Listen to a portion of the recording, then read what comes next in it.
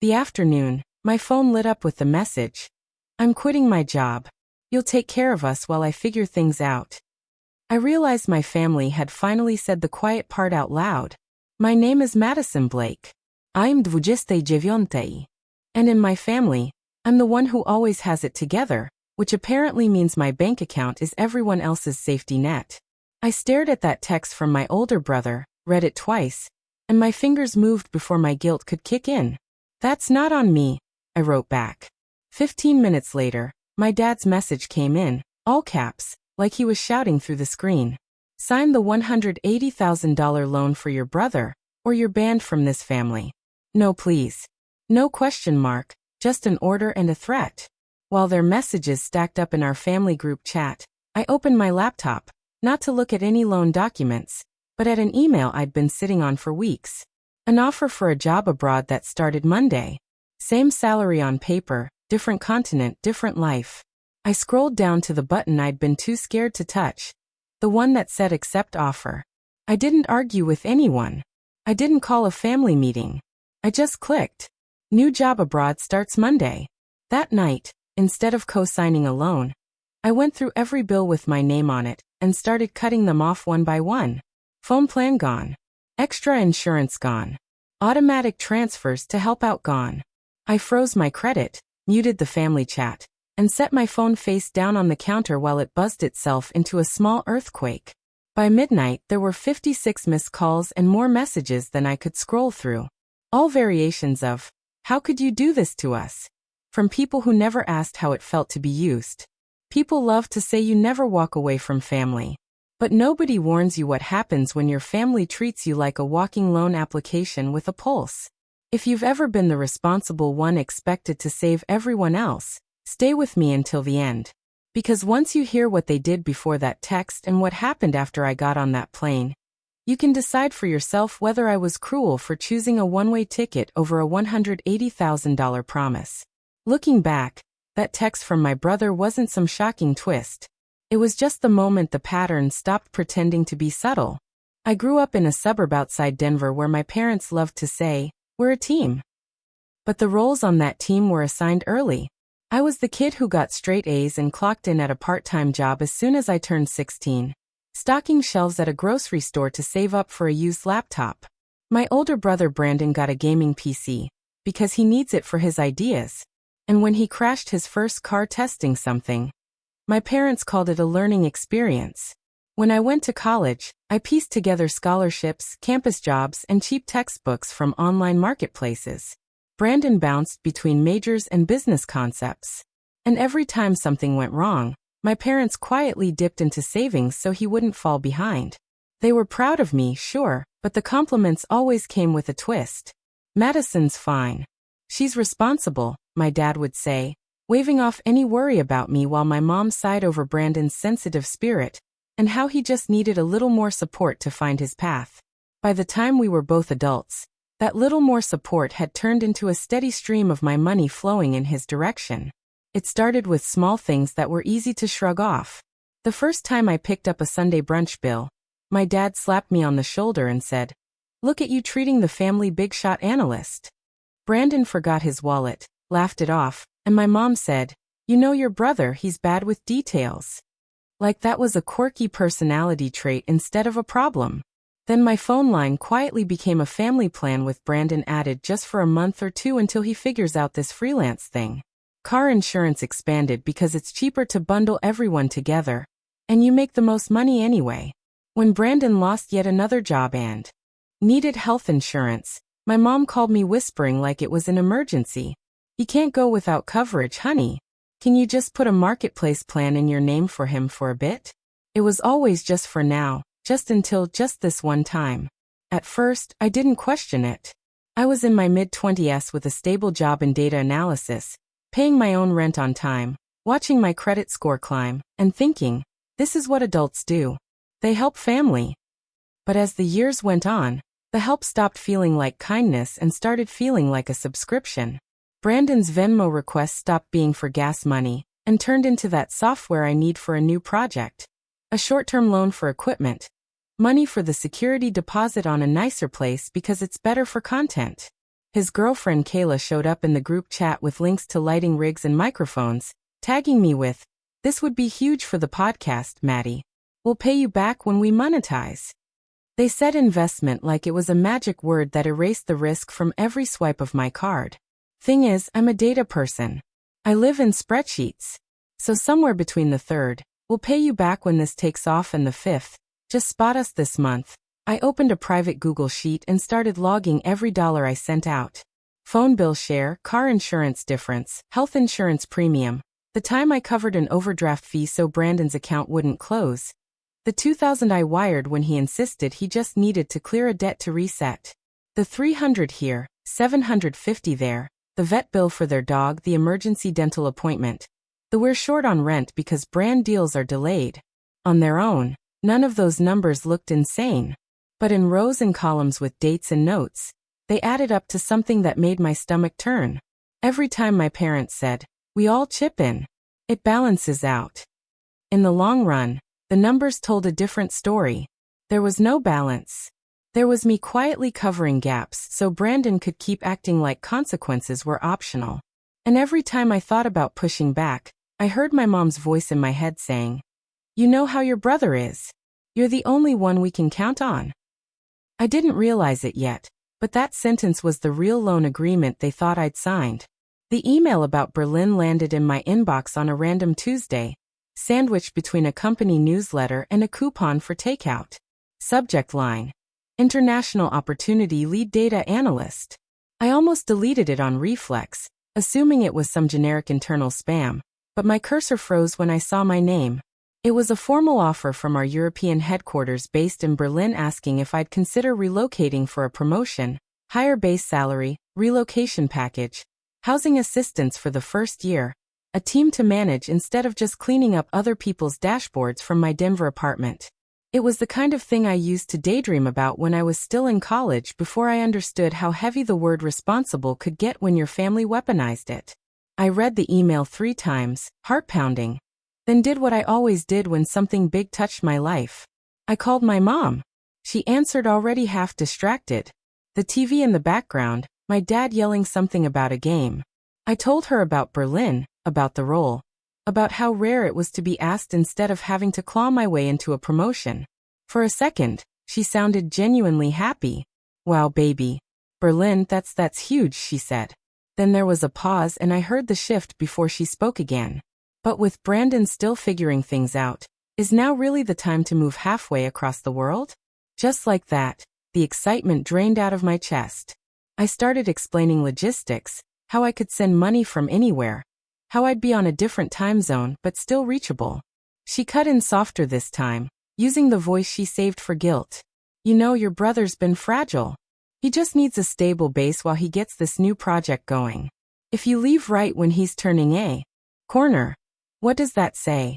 It's funny how quickly a dream can start to feel selfish if the right person frames it that way. Around the same time, Brandon and Kayla moved into a nicer apartment downtown for the brand. The place had exposed brick, big windows, perfect lighting for their video content. They hosted brainstorm sessions that looked a lot like parties, and every time the rent or utilities were a little too high, my phone would buzz. "We're a tiny bit short. Can you spot us? The content is really about to take off." They bought better mics, a new camera, a neon sign with Brandon's podcast name on it. Every purchase was sold as an investment. Every problem was something the future success would wipe clean. Meanwhile, I was the one tracking my PTO. So precisely, I knew down to the hour how much time I could take if something went wrong back home. Every time the Berlin offer crossed my mind, my brain turned it into a math problem where the variables were never in my favor. If I left, who would keep the phone plan on? Who would float the health insurance payment? Who would cover the overdraft fee so the bank didn't freeze his account? My parents had turned my presence into a line item in their plan without ever saying it out loud. The guilt didn't hit all at once. It accumulated in layers. It showed up when my manager casually asked if I'd thought about the Berlin role, and I heard myself say, "It's not the right time." It showed up when I watched Brandon post videos about taking risks and burning the boats while I quietly picked up his slack in the boring grown-up ways he never taped. It showed up every time my mom ended a call with, We don't know what we'd do without you, Maddie. You're our rock. Like my stability was a resource they owned. I told myself I was being a good daughter, a good sister. That it was temporary, that once Brandon's thing finally worked, I'd be free. I didn't realize that's not how it works. People who never face consequences don't suddenly decide to stop leaning on you. They just get more comfortable. And the longer I waited to say no, the more impossible the word started to feel. The night everything finally stopped being vague requests and turned into a full-blown pitch deck, my mom texted, "Family Zoom at 7 important." With 3 heart emojis like that made it less ominous. I logged on expecting another round of Brandon's so close. He just needs a little more time. But they'd actually prepared this time. My parents were already in the call when I joined. Faces framed by the warm kitchen light I grew up under. A minute later, Brandon popped in from his downtown apartment, Kayla beside him, both of them looking like they were about to present to investors instead of their exhausted daughter. "Okay, everyone's here," my dad said, clearing his throat like a coach before a game. "Maddie, we want to talk about Brandon's big opportunity." My mom hit share screen, and a PDF slid into the center of my laptop. At the top in bold letters, it said Studio Rebrand and Wellness Hub, Carter Family Plan. Slide after slide laid out their vision. A combined podcast studio, content space, and creative wellness center with meditation rooms and branded merch. There were photos of empty lofts, mood boards, and then the part that made my stomach knot, a projected budget with a neat little box at the bottom labeled bank loan $180,000 next to it in a smaller font. Cosigner Madison Blake. "It's pretty great, right?" Brandon said, grinning. "We've run the numbers. The bank just needs someone with a strong credit profile to sign with me, so it goes through. It's no big deal, just on paper." My mom jumped in before I could tell him exactly how big a deal that was. "Honey, your brother's been working so hard on this. The bank loves the plan. They just need a little reassurance. You have that incredible credit score and you're so financially secure. We're not asking you for money, just your name." My dad nodded like he was offering me a compliment. "We do it ourselves, but we're older. We've got some dings. You're the future, kiddo. This is how families help each other build something." On the screen under assumptions, I saw phrases like rapid growth, projected sponsorships, low failure risk. It was like watching strangers use my life as collateral in a game of pretend. I took a breath. "No," I said just that at first. 3 letters that made the whole call go still. "Excuse me?" My dad said like he'd misheard. I swallowed. "I'm not co-signing a $180,000 loan. Not for a studio. Not for anything." Brandon laughed like I was joking. "Maddie, chill. It's not like you'll actually be paying it. It's just to get the approval. You trust me, right?" I felt my jaw tighten. This isn't about trust. It's about risk. If this doesn't go the way your slides say, the bank comes for my credit, my future. I'm not doing that. My mom's face crumpled. "Madison, after everything we've done for you, we're just asking for support. You of all people know Brandon needs a break." Kayla leaned toward the camera, perfectly made up, eyes big. "This is really unfair, Maddie. You know how much pressure he's under. You sitting on your savings while he's drowning is honestly kind of cruel." The word cruel hit harder than I wanted it to. My dad's voice rose. "We raised you better than this. Family steps up. We didn't raise a selfish brat who only cares about her own comfort." I let them talk. Let the guilt phrases roll over me. "After all we've done, we're just asking for this. You know how your brother is. This is our dream as a family." Then I spoke as calmly as I could. "I've already stepped up. For years I've covered bills, insurance, debts. None of that was a loan agreement. And still I paid. But this $180,000 with my name on it, that is not happening." My mom started crying, actually sobbing into her hands. Brandon's expression hardened. "Fine," he said. "If you don't believe in me, just say that. Don't pretend you're doing this for your own good. You just like being in control." We ended the call with my dad accusing me of destroying Brandon's shot, and my mom whispering, "You'll regret this." Like a curse. Afterward, sitting alone in my apartment with my laptop still open, something in me felt off. My parents had said the loan would only go through if I signed, but a voice in my head wouldn't shut up. I pulled up my credit report, more out of habit than suspicion, and started scrolling. Most of it was what I expected. My car, my credit cards, my apartment lease. Then I saw it. A personal loan for $5,000 from a year and a half ago opened under my name for home improvement. My stomach dropped. I had never taken out a home improvement loan. Not for my place, not for anyone. I clicked into the details, saw my address listed as the mailing address, but my parents' house as the property. I remembered the new flooring they'd put in. The way my dad had joked about getting approved was a pain, but worth it. I'd assumed it was all under their names. It wasn't. It was under mine. My hands shook as I realized what that meant. Somewhere along the line, they'd used my social security number without asking, signed my name onto their mess, and never told me. And now they wanted $180,000 more. The pitch on Zoom had been dressed up like love and opportunity, but my credit report showed the ugly version underneath. This wasn't a one-time ask. This was a pattern. They weren't just relying on me. They were betting my future like chips at a table I hadn't agreed to sit at. Looking at that screen at my name attached to debt I hadn't chosen, I finally understood that if I didn't get out, the next loan wouldn't be $5,000.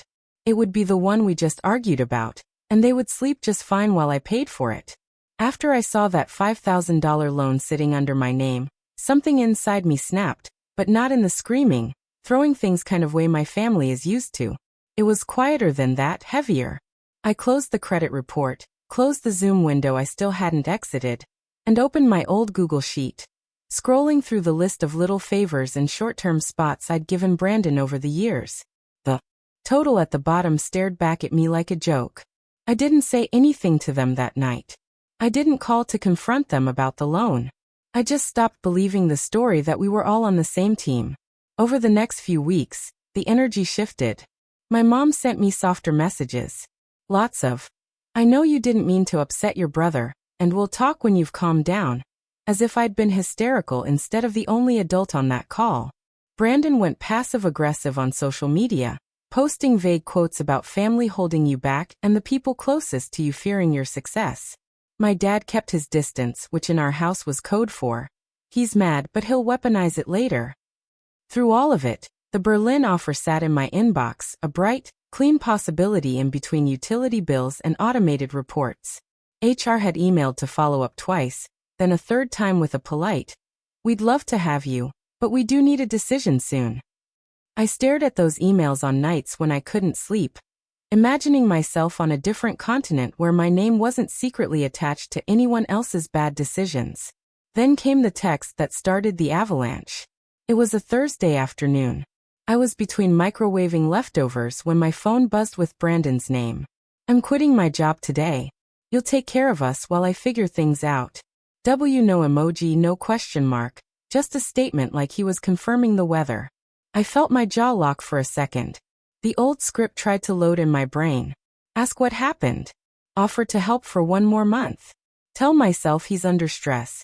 But that spreadsheet, that $5,000 loan, the $180,000 PowerPoint, all of it sat just under my skin. Before I could talk myself out of it, I typed, "That's not on me," and hit send. My heart was pounding like I'd just done something reckless, even though all I'd really said was, "No." I didn't have long to sit with it. 15 minutes later, my dad's text came in. One long block of caps and anger. "Sign the $180,000 loan for your brother, or you're banned from this family, and all holidays." I read it 3 times, not because I didn't understand it, but because I wanted to be very sure there was no misunderstanding. There it was laid out clear. My worth boiled down to a signature. Our relationship reduced to collateral. They hadn't even bothered to pretend it was about my well-being anymore. I didn't argue for once. I didn't explain. Didn't send a long message trying to make them see my side. I opened my laptop and pulled up the Berlin email instead. The subject line hadn't changed, but how I saw it had. It was no longer just a promotion. It was a way out. Inside, the big blue button waited. Accept offer. I hovered over it, thought of all the times my mom had said, "We don't know what we'd do without you," and realized she didn't mean it as a compliment. She meant it as a plan. My fingers stopped shaking. I clicked. A confirmation page loaded. outlining my start date, the relocation process, the fact that my new life began Monday. While my phone vibrated again with what I knew would be another guilt-filled message, I opened my banking app instead. If they were willing to use my name without asking, I needed to make sure they couldn't anymore. I started with the obvious. I called my carrier and removed Brandon from my phone plan, letting the representative's scripted surprise wash over me. "Are you sure?" she asked. "Very," I said. I called the car insurance company next, unbundling policies so his driving record wasn't quietly dragging my rates up. I logged into the marketplace and canceled the health insurance I'd been paying under my name for him, just until he got back on his feet. I went through my automatic payments and stopped every transfer labeled help, spot, or anything with his name attached. Then I requested a credit freeze with all 3 bureaus, locking my file so no one could open anything new in my name without me knowing. While I did all of that, the group chat was exploding. My mom sent paragraphs about betrayal and how no one turns their back on blood. My dad sent short, sharp lines, ungrateful. "You think your fancy job makes you better than us." Brandon chimed in with, "Guess I know who's really family now." And Kayla added, "It must be nice to hoard stability while other people struggle." At one point, my mom hit video call. I answered because I knew if I didn't, they'd just show up at my door. Their faces filled the screen. A wall of anger and hurt aimed in my direction. "How could you do this to your brother?" my mom demanded, already crying. "He just quit his job. He was counting on you." My dad leaned in. "You need to call the bank and straighten this out. Tell them you'll co-sign. Stop this nonsense before it goes too far." I felt strangely calm.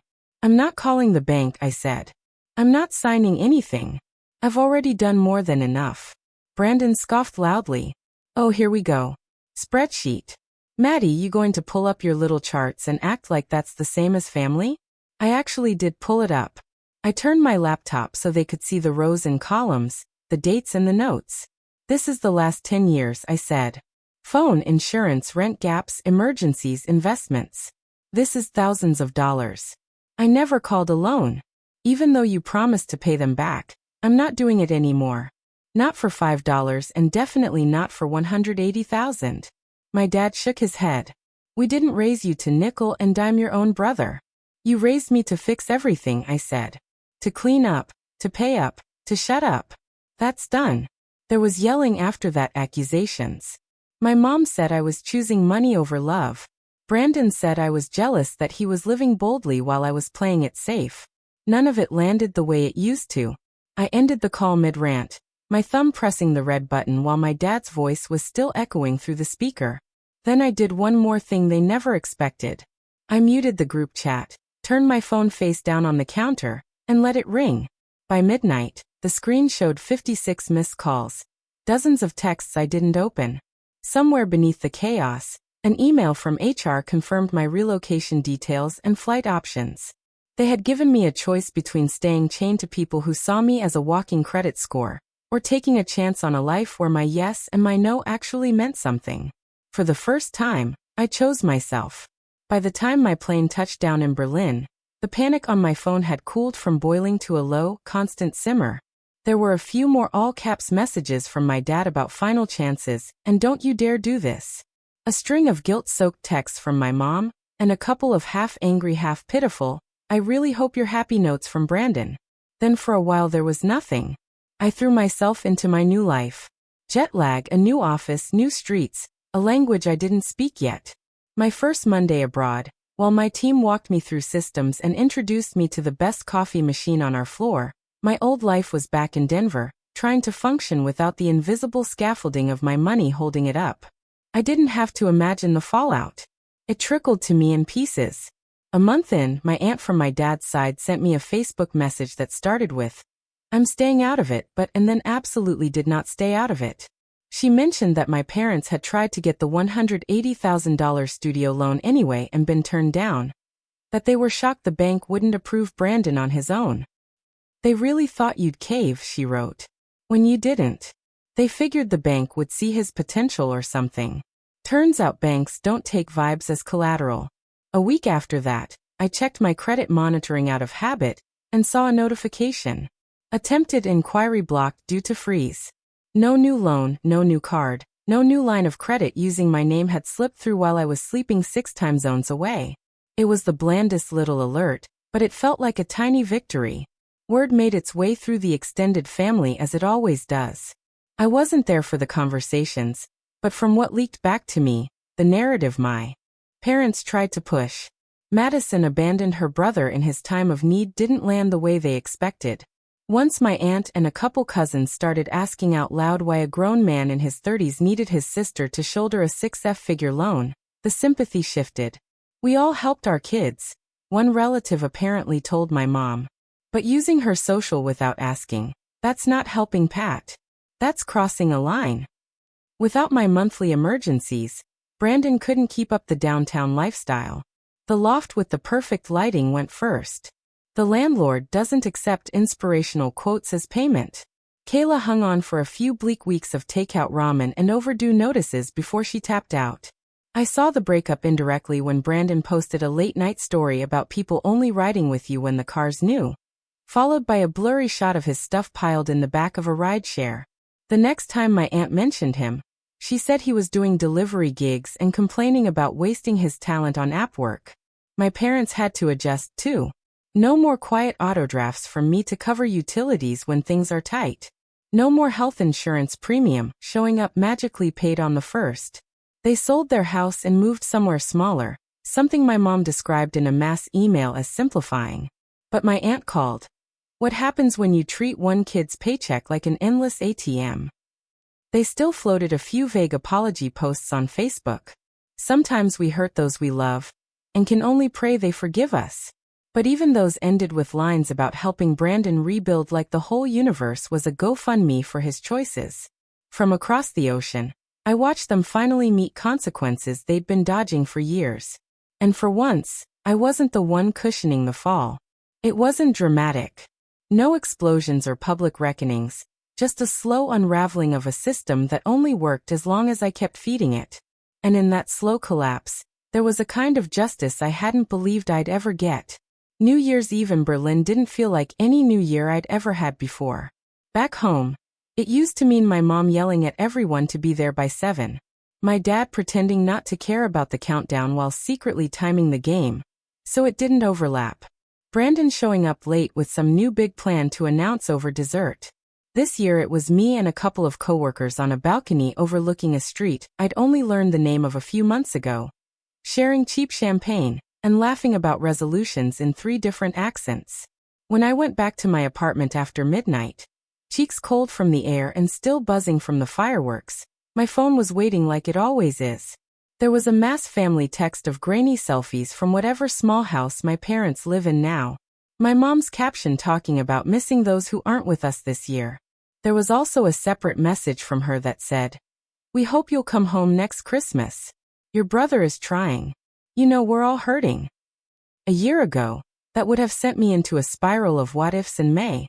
This time, I read it sitting at my little kitchen table, surrounded by plants I'd bought myself and bills that all had my name on them and no one else's. And I didn't feel guilt. I felt distance. Not the cold kind, just the kind that lets you see things clearly instead of through other people's needs. I did call eventually, not that night, but a few days later. The conversation was awkward and careful. My parents didn't scream. They didn't apologize fully either. It was a lot of "we're sorry if you felt," and we all made mistakes. But somewhere in there, my dad admitted using my social was crossing a line. And my mom said she understood why I froze my credit. Brandon got on for a minute, mumbled something about working now and figuring stuff out, then handed the phone back. It wasn't a movie moment. No violins, no group hug, just real people. Still a little defensive, starting to realize I'm not coming back to the old script. The real change didn't happen in that call anyway. It happened in the quiet routines I built without them. Weekly therapy where I finally said the phrase financial abuse out loud, and didn't immediately take it back. Automating transfers into my own savings instead of someone else's emergency. Learning that I liked certain cheap noodles and hated others. That I enjoyed walking alone with a podcast more than I enjoyed sitting at a table pretending not to notice who forgot their wallet. I still have a spreadsheet, but now it tracks my goals, trips I want to take, classes I might sign up for, savings milestones that belong to me. No line item labeled family bailout. Here's what I've learned. The part one wish someone had told me at 20 instead of 29. Being the responsible one doesn't mean being the sacrificial one. Being good with money doesn't obligate you to light your future on fire, so someone else never has to feel heat. Love and loyalty don't require you to co-sign away your peace, your credit, your sanity. You are allowed to say no even when people cry, even when they call you selfish, even when they tell the whole world you're the villain. You are allowed to leave. Not because you stopped loving them, but because you finally started loving yourself enough to stop being their safety net. If any of this sounds uncomfortably familiar, if you're the one they always know will understand, I'm not going to tell you it's easy to walk away. It isn't. It's messy and scary, and your phone will fill up with messages that make you question everything. But I can tell you this: on the other side of that first no, there's a version of your life where your worth isn't measured in how much you can bail everyone else out. And you deserve to at least find out what that life looks like.